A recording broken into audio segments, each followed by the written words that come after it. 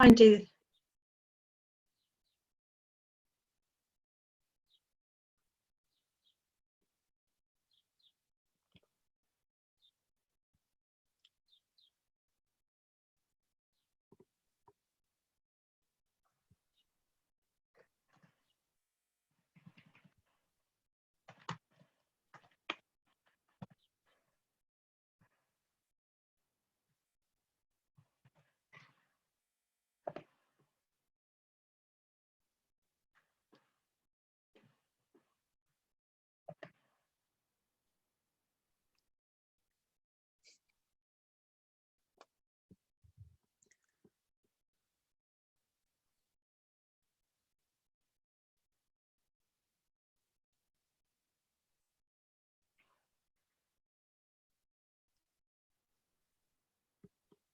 I'll put my timer on.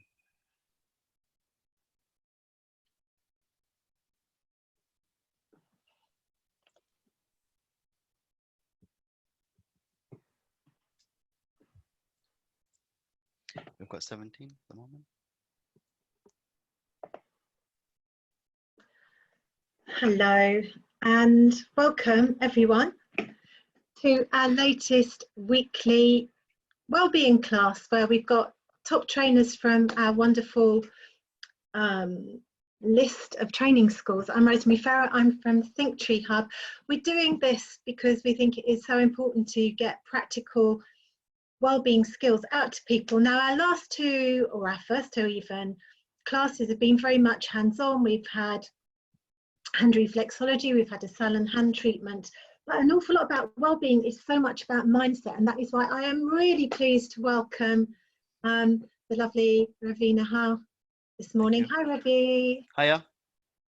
And Ravi's going to teach you and also talk you through some meditation, Kriya Yoga, and I am going to hand over to him now just to tell you a little bit about more of what he's going to do today. Ravi. Cool, thank you. Shall I share my screen from my side? Is that how it works?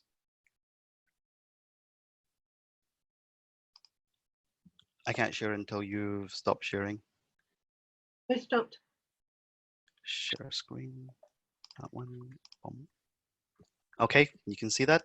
Mm-hmm. Cool. Okay, so I'll get started then. So I'm Ravi Nahar, and if I can move this to the next slide, there we go. So firstly, just very quickly, who I am and why I've been given the opportunity to do this. I've been practicing Kriya Yoga meditation for about 25 years, and economics background. I work within the kind of sales and marketing pharmaceutical industry, and I founded a page called Remind Decoded about 3-4 years ago, and the whole purpose behind it was to use scientific spiritual knowledge of the Vedas, and particularly the Ramayana, the Valmiki Ramayana, and how it applies to modern day living with regards to mindset and with regards to being more productive in a fast-paced environment where we're expected to do a lot more in a short space of time, but at the same time we're expected to provide high value products and services from ourselves as individuals for companies. So that was the whole kind of purpose behind it.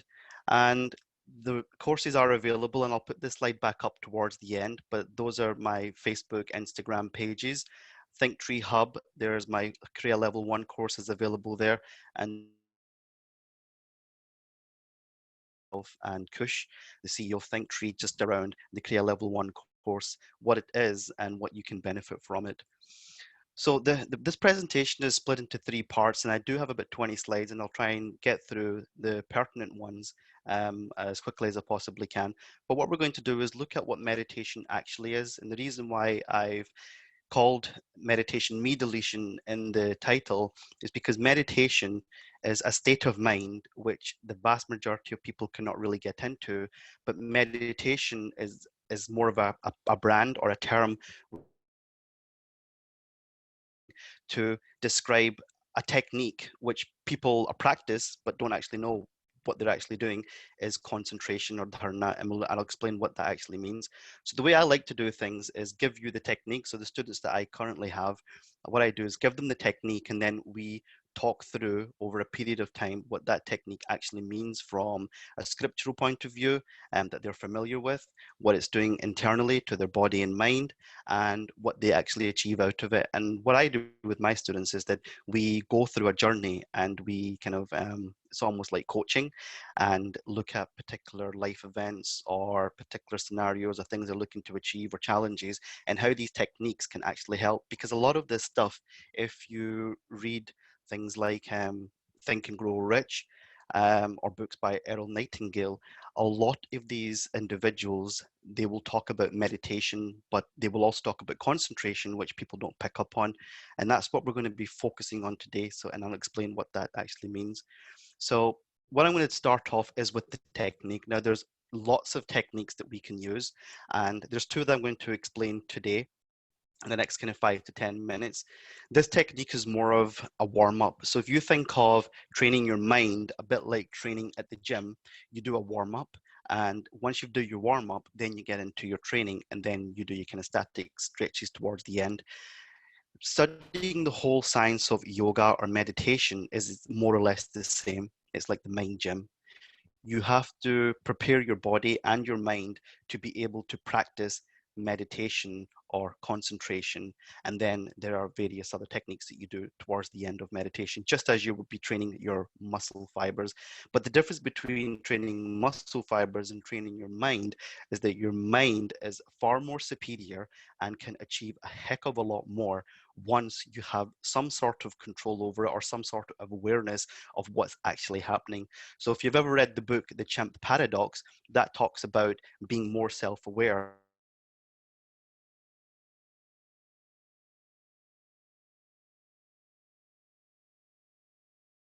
Vedas, Manas, or the blind sense mind. And then there's the human mind, which is the prefrontal lobe, where you make more kind of rational, educated decisions. So the technique here, you can sit in various different types of postures. You can sit in a yogic posture, a full lotus posture if that's possible, or a half lotus posture, or just cross-legged. However, what's really important about practicing any yogic technique or meditation is that you are capable of sitting in what we call the asana for 30 minutes plus when you first start off in a comfortable position without having to move about, or without feeling too many aches and pains. And this technique here is one of the techniques that I teach my students before we practice what's known as the Kriya level 1, which is the Dhyana meditation technique. And the purpose of this is to get the body prepared and the mind prepared to sit in a comfortable position. Now, it all depends on whether you can sit in a yogic posture or not. A lot of people in the East can, a lot of people in the West can, and that's a lot to do with kind of lifestyle, the environment, diet, etc., and also a lot to do with genetics. But like I said, one of the key elements or the key points that the yogis emphasized on is that your back has to remain straight. So you can sit on an armless chair, or you can sit on the side of your bed, and ensure that your back straight, chest is out, and your shoulders are back, and your chin is parallel to the ground. And there's different mudras, we call different locks. So you can sit like this or sit like that with your palms held open on your thighs.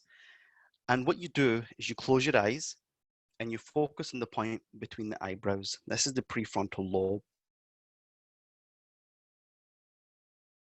Prefrontal lobe sits here, and why they focus so much on making decisions from this part of the brain rather than the limbic system, which is the emotional or the monkey brain.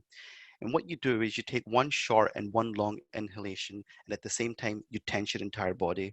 Now, this is a point two there is a small fraction of a Kriya Yoga pranayama technique in which you develop your concentration and your willpower. So the second point there focuses on, when you go into in more detail, if you were to take up the course, on how you develop willpower, which is either mechanical or conscious, and you develop your concentration. And what you do with this technique is you tense the entire body, so you tense all your muscles with one short, one long inhalation. So hold for 3 seconds and release. And you do that for about 12 times. And the purpose of doing that is when you wake up in the morning and you stretch, it's like throwing off all the kind of, the tension that you've got. And what it actually helps to do is strengthen the muscles, but it also, what it does is provide concentration to particular body parts. And it just prepares the body, it makes it a little bit more supple. And then what you do after you've done 12 of those is take one deep breath and release. So once you've done I'll do, for example, I was doing the 12 point two there, go.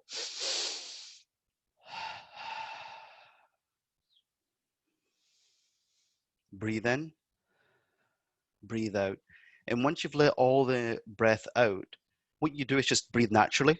Keep the focus over here with both your eyes, and you just observe the breath. And the point of just observing the breath, and then there's a mantra which you can recite mentally, which is either Hum Sa or Hong Sa, depending on which one you prefer to mentally chant.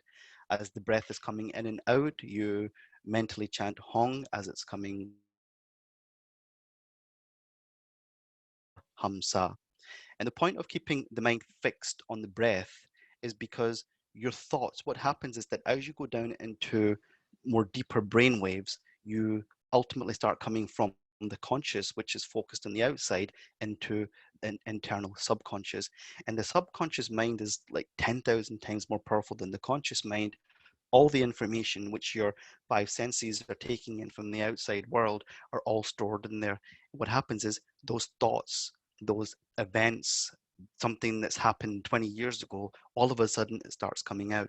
And the whole point is that you want to try and move even beyond that. So keeping your mind focused on the breath is really important because it helps you to focus the mind. Otherwise, what you'll find, and in the Ramayana, Valmiki described this as one of the characters called ME-DELETION, which is a Sanskrit word for thunderous thoughts of the mind. Those thunderous thoughts of the mind can annihilate your concentration, which in the Ramayana is known as Lakshman.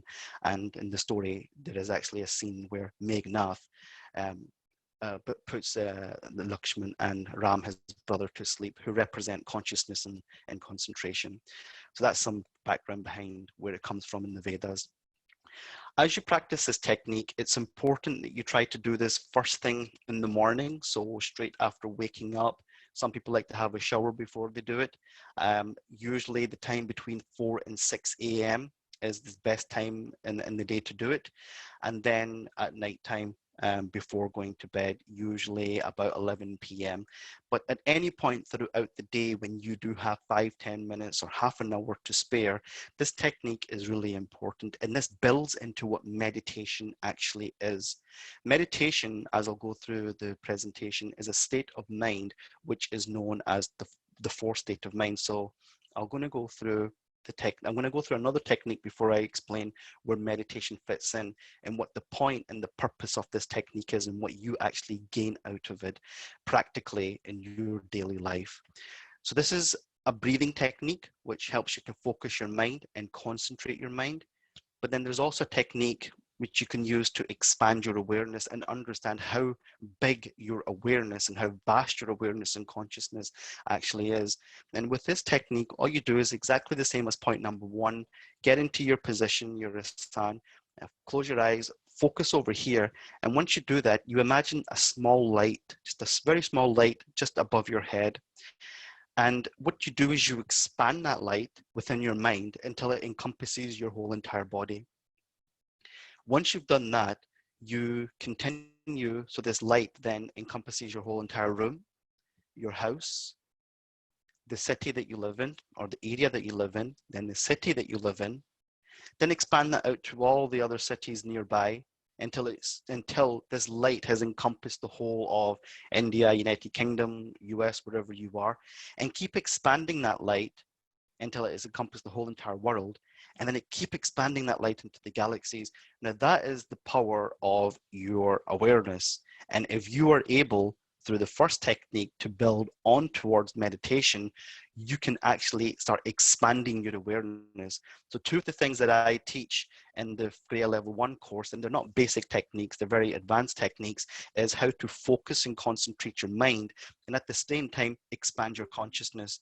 Because what you find is that a lot of very, very successful people who look after multinational organizations or very big businesses, or they're part of big organizations of any sort, or even people just individually within their own lives with whatever they deem success to be, what they're very good at is concentrating on less things, but focusing on that and being able to grasp the subject area a lot quicker than most people and putting it out.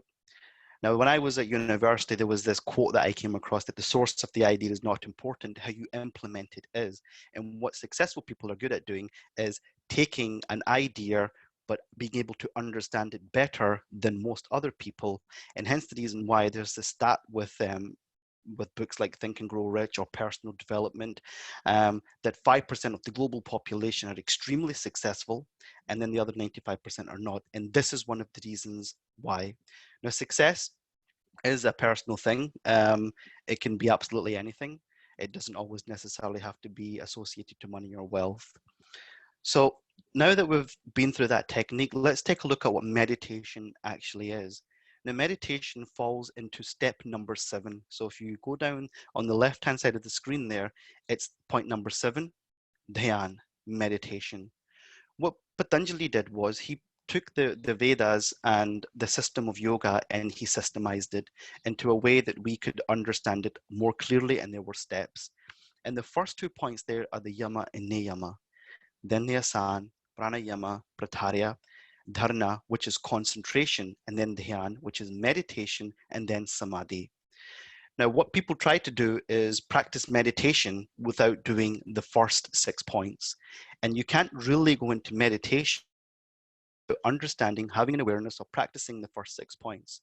One of the things that Steve Jobs would teach his employees was point number 8765, the pratyahara, which is internalization. I believe he had once said, I think it's in his book, that in order to understand the outside world, you first have to understand the inside world. Now, a lot of these guys do practice meditation. A lot of successful people that I know that run big organizations or have built very big businesses do practice meditation first thing in the morning. And what they do there is they concentrate and focus their mind first thing in the morning. So it's a bit like we're asked to synchronize and update our ISO or whatever the equivalent is for the Androids, our operating systems. But the thing that the most of us don't do is synchronize our minds. So a lot of the times, everybody's synchronization is not matching up. And hence the reason why conflict happens, because if you are able to control your synchronization of the mind, you can synchronize with pretty much anybody of any kind of character and be able to, what we call neurolinguistic programming, lead and pace them towards a common goal or your own goal. So that's a little bit behind that. In order to practice meditation and the technique that I have given you, there are a number of, so meditation is part of a whole entire system. When over here, there's a mudras. So that's a mudra, that would be a mudra. And the picture in there, the yogi is holding a mudra there. And then there's pranayamas, which is awareness and control of conscious willpower. So the whole technique of tensing the body, releasing the tension. And when you do the more kind of advanced stuff, you actually tense each individual part of the body. And the more energy that you put into that part of the body, the more flow of willpower, which so it increases your willpower, as well as increasing your concentration and focus of the mind. And then there are various kriyas. Now, in the course that I teach,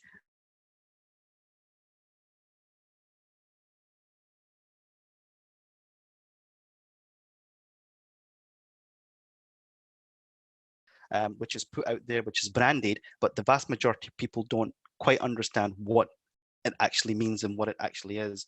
So first, there are 6 chapters to Kriya, and we only ever teach the first chapter because the vast majority of people don't even grasp the mudras and the pranayamas, which are part of the first chapter of Kriya Yoga. And it all goes through different chapters. And the very last chapter there, the sixth Kriya, Tribhanga, that actually is, so if you've ever seen Krishna playing the flute with his legs foot crossed over, he's in a position that's known as Tribhanga, which is various points along the body that this practice of Kriya Yoga happens. But that's a very, very advanced technique. And to order to get to that, you first have to get through the first. The vast majority of people don't get through the first, but if you do, and if you can, you will achieve the spiritual side of it as well as the material side of it. Because a lot of these techniques, like concentration, which is what the vast majority of people are actually practicing when they are practicing the meditation, is focusing the mind. And that's really important. And I'm going to show you why. So this is some of the positions that you can sit in, and cross-legged or having one foot crossed over. So what are we doing when we're trying to meditate? Meditation, as I've explained, is a specific form of concentration.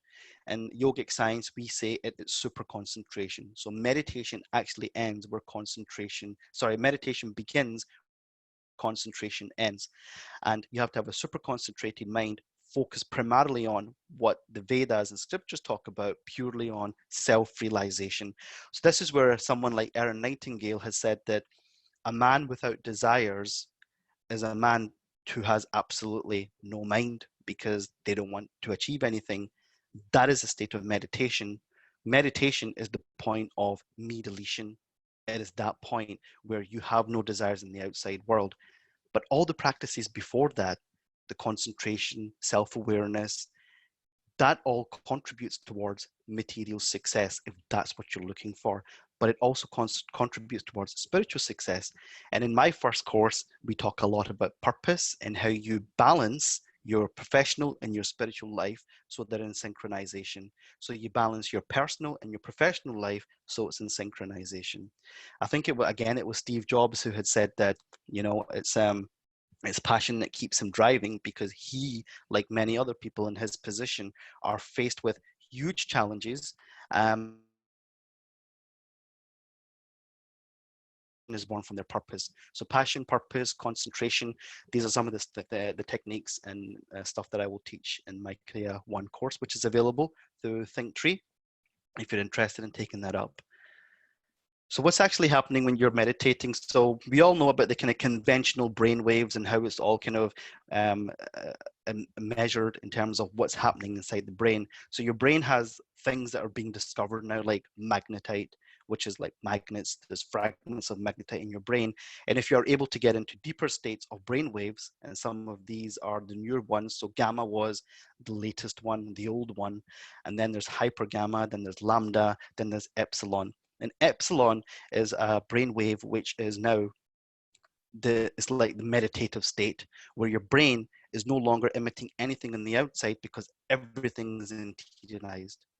You're completely detached from the outside world through your 5 senses and your mind. And it's 0 hertz to 0.5 hertz. Now, it probably doesn't stop there. There's still a lot of research going on with regard to the brain and meditation and the pineal gland and the pileocytes, which are in the brain. And the reason why, when you're meditating, so one of the techniques that I have in the first Kriya, if you take it up, is called Yoni Mudra or Jyoti Mudra. And what that does is activates parts of the pineal gland in which these pileocytes will activate and create this endogenous nexus light, which is why people will see flashes of lights or see certain colors of lights. And when they're focusing and they're totally detached from the outside world, they will say, oh, I saw a blue light, or I saw a purple light, or I saw white light. That's the reason why you see those lights. It's because you're synchronizing your brain with what we call the Gaia, what's happening in the outside world. So the science of the breath. So one of the things that I also mention is the breath. And a lot of people will say, oh, what am I doing? I'm just focusing on my breath and that's about it. But there's a whole science behind the breath, and there's a very advanced science behind the breath. Because, well, let's face it, the Vedas say the first act of life is breath. The last act of life is breath. Therefore, breath has something very important to do with life, because without breath, there is no life. And without breath, there is no life. There is life at the same time. And the Vedas have they say that there are 49 different specific types of breath, but it's not really breath if you try to understand it from the point of view of a very subtle science. That breath is associated to what the Vedas call pran, life energy. And that life energy has different specific forms. Now, in the Vedas, there are 5 main ones which we talk about, which are all encoded within the Ramayana and the Mahabharata by Rishi Valmiki and Vyas. But the 5 main ones there are Dhan, Pran, Vayan, Saman, and Apan. And out of those two, the 2 breaths that we focused on in the technique is the Pran, the incoming breath, so you're giving life in, and Apan, which is the outgoing breath. So if you were to breathe in, if you have a hollow tube with your fist like that, and you breathe in, the sensation will be cool. But when you breathe out, it's hot. Incoming breath is cool, the outgoing breath is hot. And what you're doing with concentration meditative technique is you're trying to neutralize both breaths. And once you've neutralized both the pran and the apan, that is when you go into the meditative state. So your breath is connected to your mind. And if you find that in NLP, what we do is we try to mirror and match the other person's behavior so that we are in synchronization with them. But a more kind of advanced technique of NLP is to observe the person's breath pattern, because from the breathing pattern, you can tell, even if from the outside they are showing that they are not angry, they're still showing from their breath whether they're not. So you can have someone who looks really cool and calm, but their breathing will tell you something completely different. The breathing will tell you how their mind is working, because when the breath is calm and collective and deep, the mind is also calm. And when the breath is sharp and deep, the mind is also in a state which we call the monkey state of the mind. And when it's calm, it's in a state of buddhi or intelligence or human mind. And The Chimp Paradox is a book that I would recommend for you to read if you haven't read it, because that will help explain a lot more behind the first technique. Some of the common benefits of meditation include all these on the screen here. For a lot of people in the kind of time and day and age that we live in, it's about anxiety, it's about a lot about stress, and it's about how to manage that. Now, life does happen, and even though you will practice these techniques, what happens is that you still have to come back into life. But what these techniques make you do is expand your consciousness and make you see things from a totally different viewpoint, because we're pretty much focused on doing things one way. But when you've given the opportunity to look at things from a different angle, you have different ways of getting around a problem. So in order to solve complex problems, what you need to do is be able to expand your consciousness and be in what we call flow. And a lot of research, they will call this flow. So a lot of top athletes talk about being in flow. What they actually talk about being is being more concentrated, more focused, and having an expanded consciousness. What meditation helps you to achieve from a practical point of view is be more self-aware. So the technique that I showed you is a concentration meditative technique into meditation and other forms of kriyas, mudras, and pranayamas. But what it helps you to do is become more aware. If you are more aware of your, what I call watch, one of my gurus has told me about this. Watch stands for watch your words, your actions, your thoughts, your character, and your heart. And from a corporate point of view, it goes from a fixed mindset to a growth mindset, expanding your consciousness, expanding your awareness. And the scientific evidence around this, so this is just one paper that I have come across, which I found quite interesting. It's one of the most latest ones in the American Journal of Heart Association, 2017 paper, which talks about how meditation could potentially help reduce the risk of cardiovascular disease. And there are many other papers out there. There's also research by Sarah Lazar from MIT, I believe, who has looked at how meditation can change the brain, because the brain's neuroplasticity and how brain matter grows in certain parts of the brain as a result of meditation, irrespective of the age. And what these meditative techniques do is they synchronize the brain from the left and the right, so you're more in control, your synchronization. This is my final slide, and it's some of the courses that will be available are available on ThinkTree. So Kriya Level 1, which is, I would recommend as being the foundation of all the other practices if you choose to do more kind of advanced Kriya Yoga. Being able to have a concentrated mind is very important, because without a concentrated mind, you can't achieve your spiritual goals and you can't really achieve your material goals, because you can have great ideas, but without focus and concentration, you can't bring them to fruition. Thank you very much. Does anyone have any questions?